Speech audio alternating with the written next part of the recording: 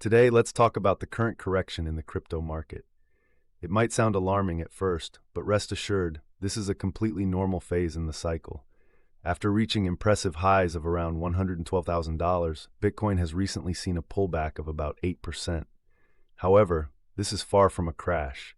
Instead, it's what we call a healthy reset, paving the way for the next potential rally. Esteemed crypto expert Mike Novogratz shares his insights.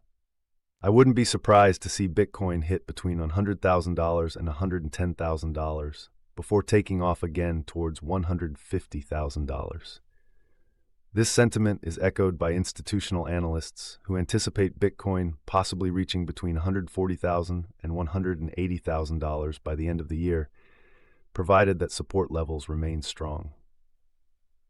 A piece of advice for beginners: stay calm and remain focused on learning the fundamentals. Think long-term. Remember, in the world of crypto, volatility is not just expected, it's often the precursor to the next significant move.